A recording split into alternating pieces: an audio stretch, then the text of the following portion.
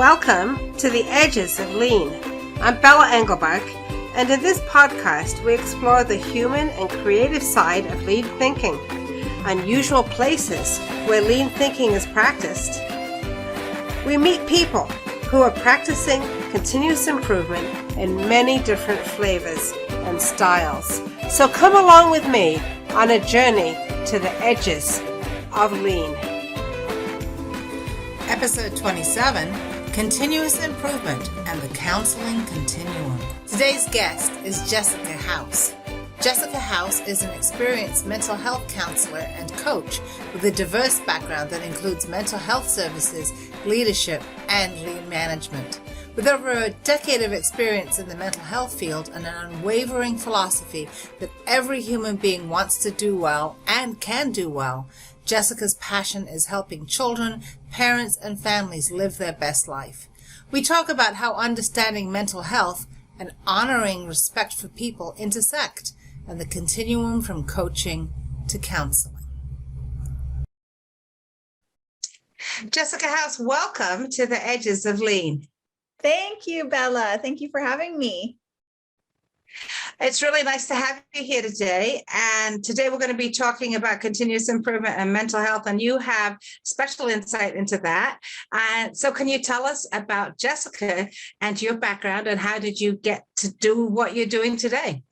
Sure. Yeah. So I'm Jessica. I'm a mom first and foremost. So I'm a mom to two boys who are 12 and 9. And I learn every day as a mom in terms of mental health, and I get to practice mental health and lean at home.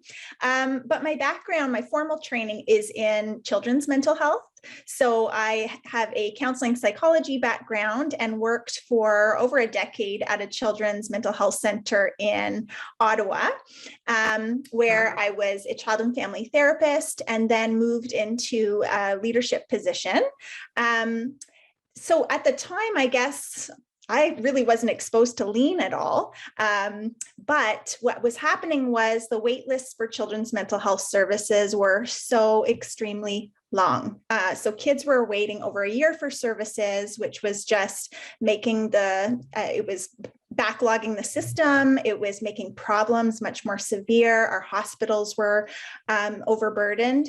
And so at the time, the community came together to say, you know what, we need to learn a different way of doing things because we're not getting any increased funding. So some of the leaders in Ottawa went about learning about lean management, and I was one of the lucky few who was selected to do that. And so I got my yellow belt and then my green belt, and I was really, for me, it was like, yes, this is the missing piece in terms of how we're going to make a difference in terms of the mental health system. There was an opportunity that came up at an organization in Ottawa that's known for just how far along they are in their lean journey. And it was to oversee their lean office and to help with their lean transformation. And I thought, you know what, this would be really, really advantageous. So I took the opportunity, received my black belt. I got some coaching from a lean consultant that was working with the organization and learned a ton about it. And recently I've left the organization and started my own business, LightHouse Counselling and Wellness, where I'm really taking everything that I've learned from mental health and lean and combining it to help kids and families, but also to help organizations. Well, that's quite an amazing background. And it's actually kind of funny. So on the edges of lean, I always ask people, all right, so where do you come from? And almost never do I get the answer. Well, occasionally I get the answer. Well, I was an engineer, and then that's how I got into lean thinking. So your background really demonstrates that lean and continuous improvement is valuable everywhere. And I love this idea of, all right, you're providing a service with mental health for children and families, but if they can't access it, there's no value, right? So absolutely. Yeah, there's no value. And in fact, these poor families and kids are struggling on their own, and their voices aren't necessarily being heard. So to be able to take what we're learning and apply it to the greater system, but also to our individualized practice when working with kids and families is truly incredible. So what are some of the things that you would do to connect people faster, more effectively, more efficiently with the counseling that they were seeking? Yeah. So one of the things is we used to have very generalized programs for kids and families that they'd be waiting for. So it would be kind of like a typical process where they'd go through intake. We would see if they met our admissions criteria. Then they'd get put on a wait list for a program that was already defined. It was 3 months of service. Didn't matter if you only needed 1 month of service or if you needed 6 months of service. And so really what Lean helped to do was open our eyes around really making the child and family at the center of their treatment, that they're the expert, that perhaps they only need 1 or 2 sessions.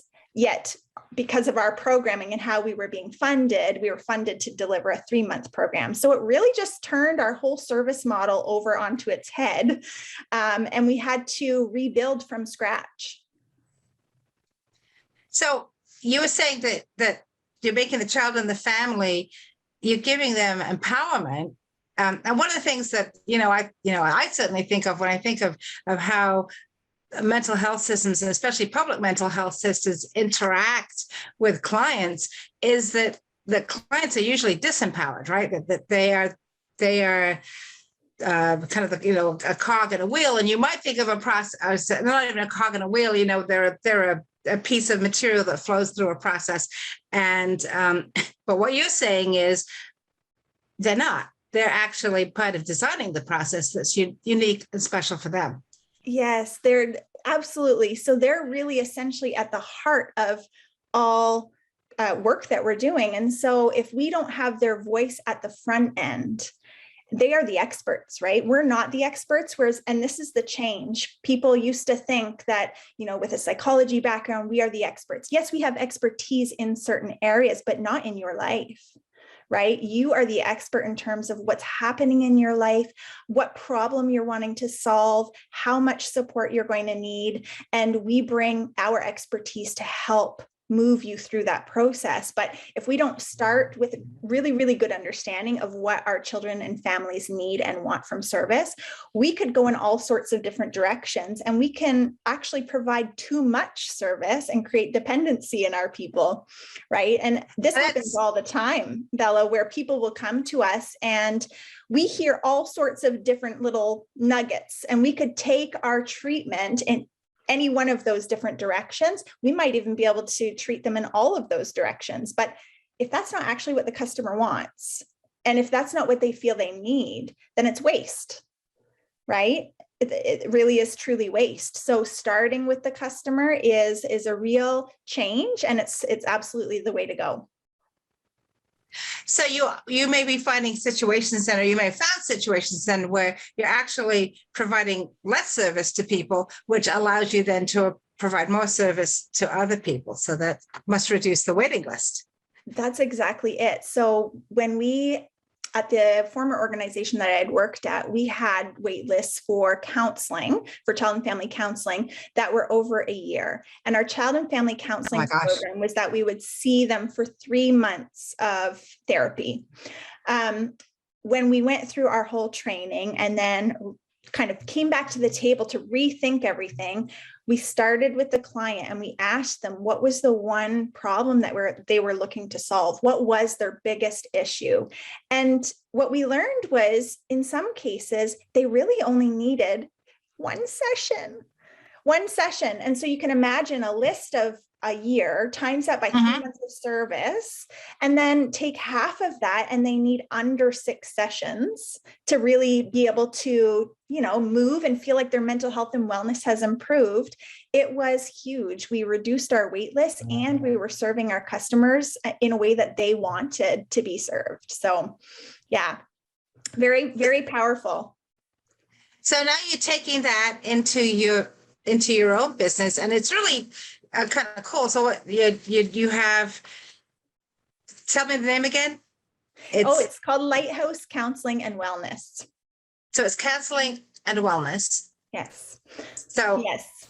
Tell me what kind of clients you have. So there's a real range. So I'm pretty new starting my own business. And right now, trying to figure out exactly what the niche is, but the type of clients that are coming to me right now there's a range. So I have kids who are under 12. That's my area of expertise for sure.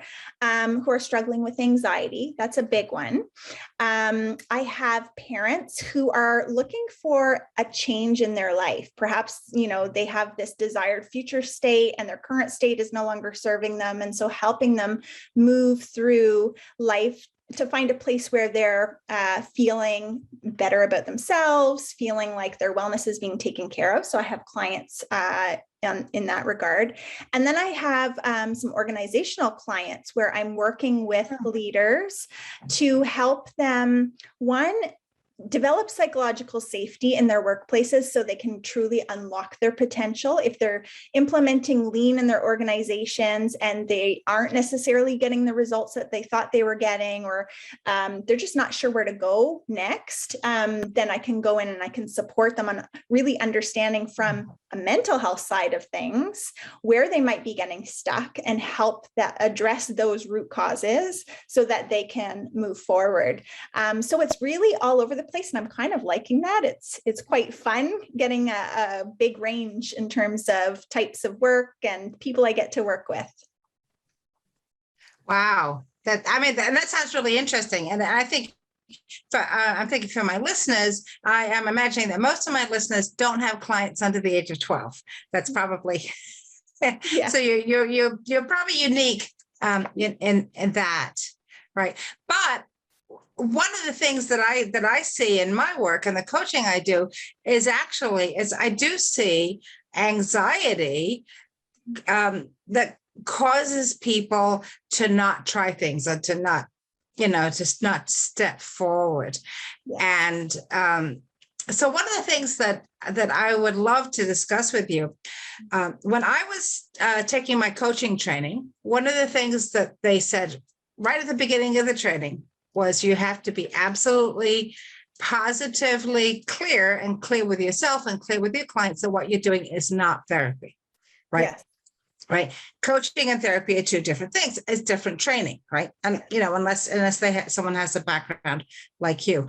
But oftentimes when we're working inside an organization or working with an individual client, we'll find that something like anxiety is holding people back. And I tell my clients, we're not going to work on the past, right? The past is past. No, we're not going to do that. But we can, we're working on the future. Coaching is about what are you going to do next, and what are you going to try next, and creating some support and accountability around that. But I think there is a point, Jessica, where somebody really needs some additional help. And so I'm hoping you could kind of guide us through when you are working with people, wherever that is, what might be some signs that it is time to refer to somebody else, to refer to a psychologist or someone else in a different profession? Yeah, it's such a good question and such a really interesting topic, because to your point, in your training, we learn that fear is part of a process. When you're coaching somebody to move from where they are today to where they want to be, it requires change, and change requires doing things differently, and doing things differently requires getting into an uncomfortable zone. And when we're in an uncomfortable zone, our brain actually triggers fear. And so, essentially we face fear when we're coaching people all the time.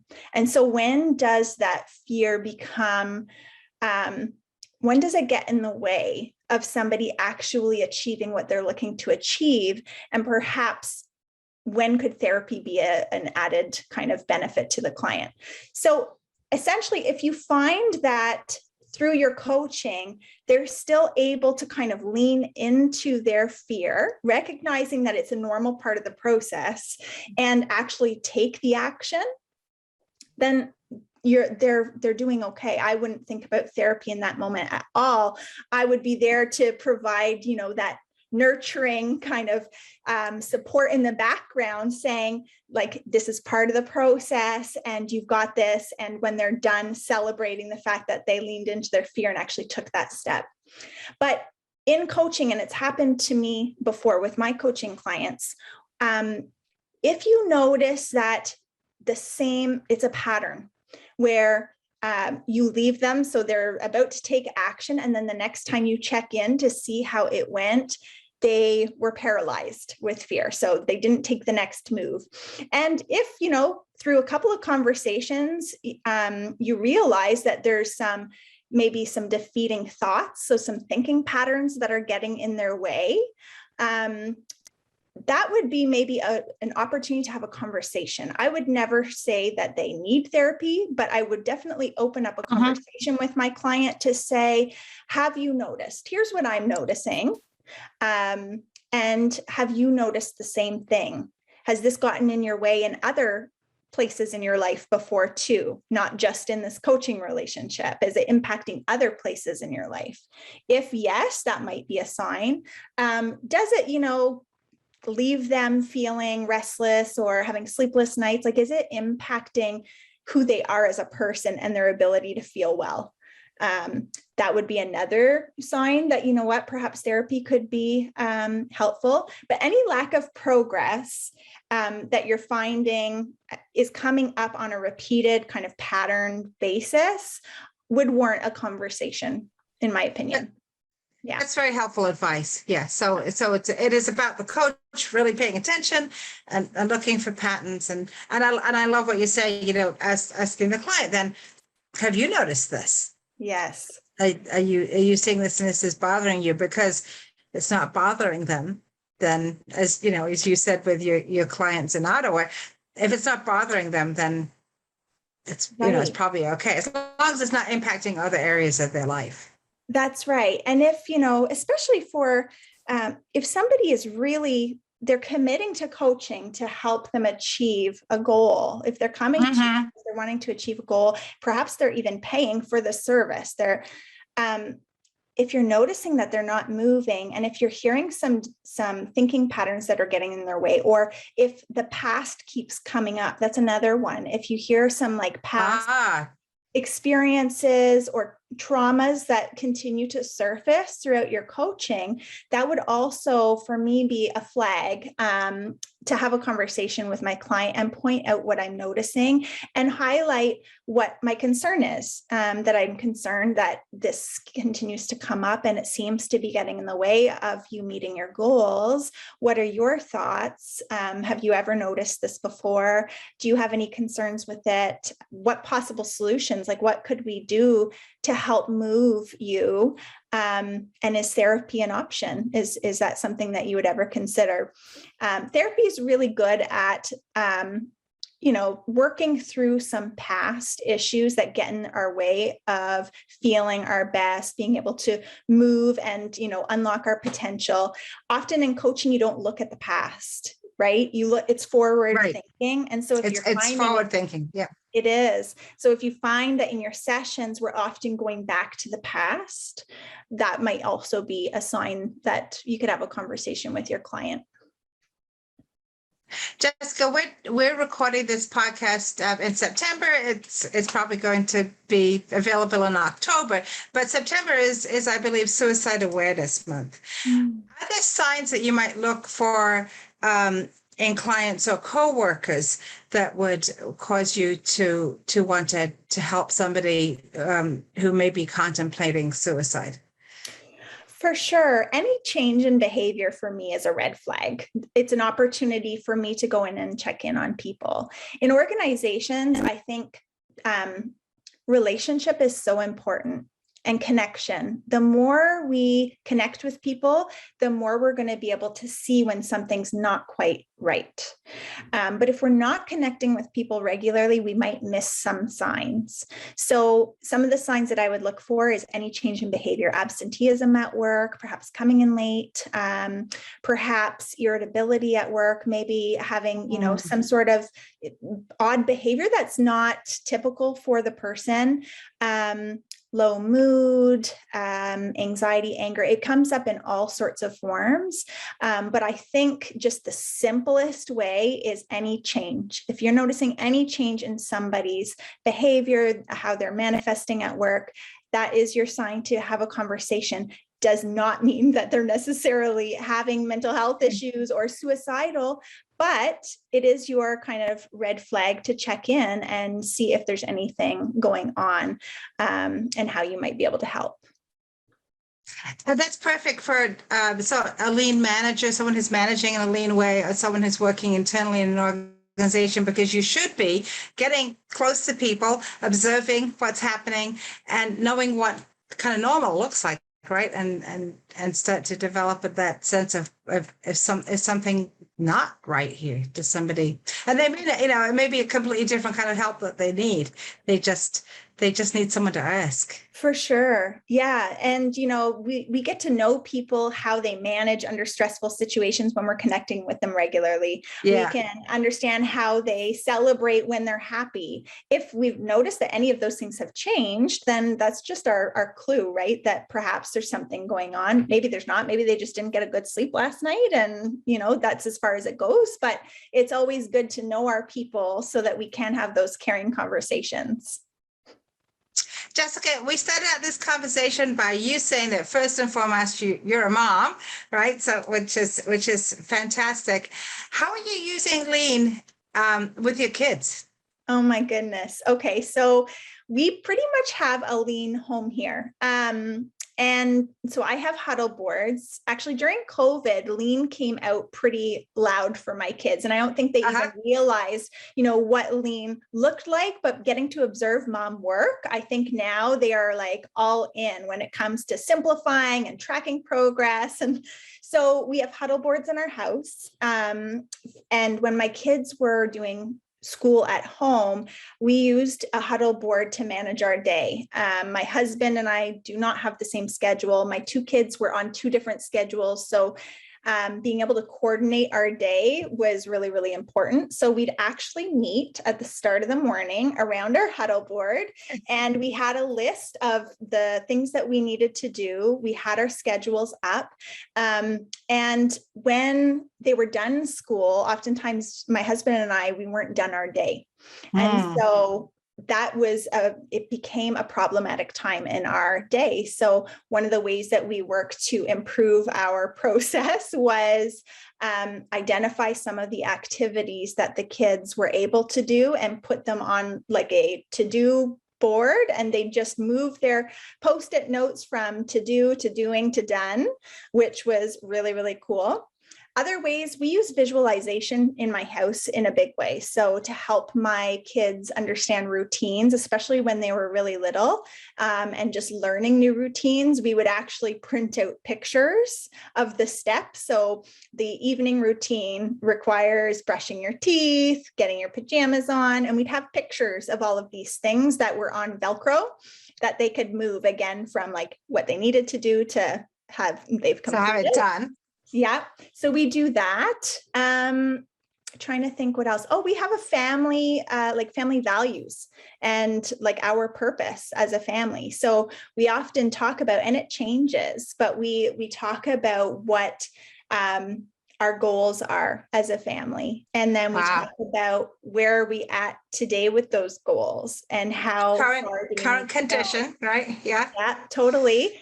And how big is that gap and what do we need to do? What's our first experiment? So my youngest actually really took a liking to this process. And so pre-COVID, we didn't have a puppy, and they have been on me for probably like 2 years trying to convince me to get a puppy. And I had said, if you raise enough money, I will consider getting a puppy. So my youngest son saw how I had like a kata board for work. So he drew up his own kata board where he put at the very top the target. So, and he researched how much does it cost to get a Bernedoodle puppy, and basically put the target was to raise this amount of money because I want the dog in 6 months. And then he's like, where am I at today? I have no money. He drew a picture of like a dog bone, and this was his visual like tracker. So as he made money, he'd shape, like color in the dog bone. And And he started to put all of his ideas around how he could make money on his board. So it was in the winter. So he had said shoveling driveways, selling hot chocolate, selling some of his toys in his house. And every day he would try an experiment and he'd record how he did. And then he ended up raising $2,000 going through this process every day. Wow. Yes, $2,000. So we have a dog. I wish I had a picture, but we have a Bernedoodle puppy now because my son took it upon himself to learn. He watched me. I modeled for him how it was done, and he did it every single day. And the determination, it was really cool. So, PDSA and, every idea is meant to be tested. We don't know. We have assumptions. But we don't know how the idea is actually going to perform. And so my one son, it was minus 40 degrees out. It was freezing cold here in Ottawa. And my son said that today he wanted to go out and do the hot chocolate experiment and see if he could make any money selling hot chocolate at the end of the driveway. And my oldest son was like rolling his eyes at my youngest son, being like, "Are you serious? Nobody's outside. It's freezing cold. You're not going to sell any hot chocolate." And Zach's like, "Yeah, well, but it's an experiment. Like, we don't know until we actually try." So he went out, and sure enough, our neighbor probably felt so bad for him sitting out in the freezing cold, gave him $40, like nice neighbor. But so he came inside, and it was a great learning opportunity for my oldest son. He's like, okay, my hypothesis was you weren't going to make anything, and I was proven wrong. So yeah, little bits of lean all throughout our home. That's wonderful. Yeah. And I'm sure it helps them with their schoolwork as well. For sure. Yeah. And, we still have we still need to work on some of that. Their organization and things we can improve that. But they are taking little bits of what they're learning and applying it, which I think is so cool. And the other thing that I'm really trying right now to focus on is don't focus on the outcome, like your test results and everything. Let's think about instead the process of, how are we preparing for it? And when you get that result, it's just basically your cue to tell you, your opportunity to reflect and say, okay, so was my effort enough to get me where I thought I needed to go? So really trying to help them not focus so much on the outcome, but more on the process. Do you use that approach then with your clients, especially your kid clients? Yeah, in like various forms, but for sure, we always start with their goal. And then it's pretty much kata, but in a mental health kind of forms or context. Then we look at where they're at today. So how much are they struggling? In which situations are they struggling? What does that look like for them? How frequent, how severe? And then we basically are able to see how big that gap is. And so we basically pick where do we need to be in a week from now, and how are we going to, experiment to try and get there. So I definitely use that approach with some of the clients, and it's freeing because then kids, I think, are not so scared about perfection when they know that it may or may not work. We're going to take a look and see if it made any improvement on how you're feeling and how you're doing. So I think it takes some of that pressure off for them. That's really a great approach to take, I think, with people of any age, right? So this idea that you don't have to be right, you just have to try. Yes. Is so freeing. Yes, exactly. Yeah, and you're right. That perfectionism, if that's what we want to call it, it doesn't discriminate. It can it impacts people of all ages and all stages of life. So yeah, that approach can really help for sure. So what's next for you, Jessica? What are you thinking about going forward? Right now, what's on my mind is supporting, in particular, moms. And this is as a result of, again, it's learning as I go. It's using, lean thinking and applying it to what I do. So I have a bit of a social media presence. I try to post content quite often, but I also use social media to poll the clients that are actually listening and reading my stuff and watching my videos. And I'm learning from them where they're struggling. And it seems to be that moms are struggling with not feeling like they have patience when dealing with their kids. And so right now, based on what the customer is telling me they're struggling with and what they feel they need, I'm starting to pull together and build a program to support those moms. So that's one thing that I've got kind of on the go. And the other thing is creating a community. Like, being a parent is not easy, and there's a lot of pressure. There's a lot of information out there, information overload, a lot of opinions about what's the right way, what's the wrong way. And parents can just like take this on. It's just like added weight on their shoulders. And so one of the things that I want to do is take the mental health background, take the lean background that I have, and build a community where people can go to get support, but also to get information that they know is based in research. It's not just like random search of Google and trying to sift through all of the info, but basically a one-stop shop where you can trust the information, you can trust the communities there to support you. So those are the two kind of things that I'm building right now. It sounds like there could be an overlap there too, right? So yes. Especially, yeah. I think for parenthood, and I see this today. I was fortunate; I raised my kids a little earlier, so there wasn't quite the pressure to be perfect. But that pressure to be perfect, right? To do it completely right.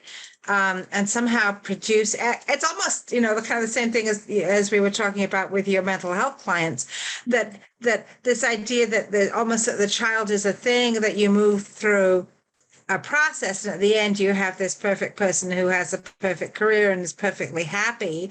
And it's your job as a parent to arrange all that perfection for them, right? And that's impossible. It's right? So impossible. And to your point, there's conflicting advice and conflicting ideas about what perfect even is, right? So who knows what perfect even is? But I love this idea. I mean, to be able to say to moms, you know what, perfection is actually not the thing to seek. That's right. It's not, and to trust their own voice. Like, I think sometimes when there's so much information, we already know the answers deep down inside. We really do. Like, we've got some good intuition, but unfortunately, other people's opinions cloud our own voice.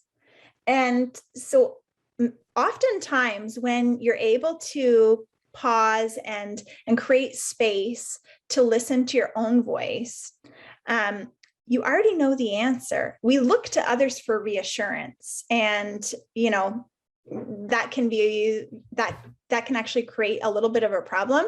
But if you surround yourself with people who all believe in the same thing, they all see it in the same way, I think that parents can feel really empowered, and not feel the pressure of too many opinions kind of clouding their own voice. Thank you, Jessica. There's so many places, right? This is why I have this podcast, The Edges of Lean. There are so many places where we could be using lean thinking, where we could be taking everything we've learned. And what you're saying is you could, take what you've learned both in lean and in mental health. And I think just because, you're a very centered person who, has a clear sense of direction, and use that, well beyond a factory floor or even a mental health clinic, but to use that in people's whole lives. Yeah, no, absolutely. I'm a true believer that you can apply lean in any context, because I've had experience, in so many different contexts as a parent, a mom, a wife, in relationships with friends, in organizations, and starting a new business. in children's mental health. So yeah, I'm a true believer that you can benefit from applying lean principles to really any situation or context. Well, I agree with you there. That's great. Jessica, thinking about like where you are now and, where you started, what kind of advice would you give to a young person starting out in their career? It's a really good question. When I was just starting out, I think I struggled with perfectionism myself, and always took the safe road. And I feel like now the advice I'd give is just, get excited about work. Don't worry about perfectionism. Just, follow your own voice and your path and your dreams and see where it takes you, because there's nothing bad that's going to happen. Nothing bad will happen. It was a scary kind of jump going from working in the corporate world to starting a new business. But I think the reason I was able to was because I learned to just embrace fear and embrace not being perfect in service of others. So in service of helping people kind of get over yourself. It sounds harsh, but get over yourself so that you can just go and help others. And guess what? Through that process, I've learned nothing bad happens. Only good things end up happening. People benefit. You end up feeling more confident because you're trying things outside of your comfort zone and realizing that nothing bad happens on the other side. So yeah, I would just encourage them to lean into their fear, to try things that their kind of heart or their inner voice is telling them to try, and go all in. Go all in. I love it. Thank you. Jessica, how do people find you if they want to find you? I'd say the easiest way to reach me would be either through my LinkedIn profile, so Jessica House, or Lighthouse's website, so www.lighthousecw.ca. Lighthouse CW, so that's counseling and wellness.ca. Yeah. That's great. Well, Jessica, thank you so much. It's been great to talk with you. And I wish you all the best with the business and with your work with mothers and building that community. I think it sounds fantastic. Thank you so much, Bella. Thanks for having me on. This was so fun. This is Bella Engelbach, and I'd like to thank Jessica House for being my guest on the edges of lean. What has sparked your curiosity about mental health and lean thinking? We'd love to hear from you. Find Jessica at www.lighthousecw.ca or on LinkedIn.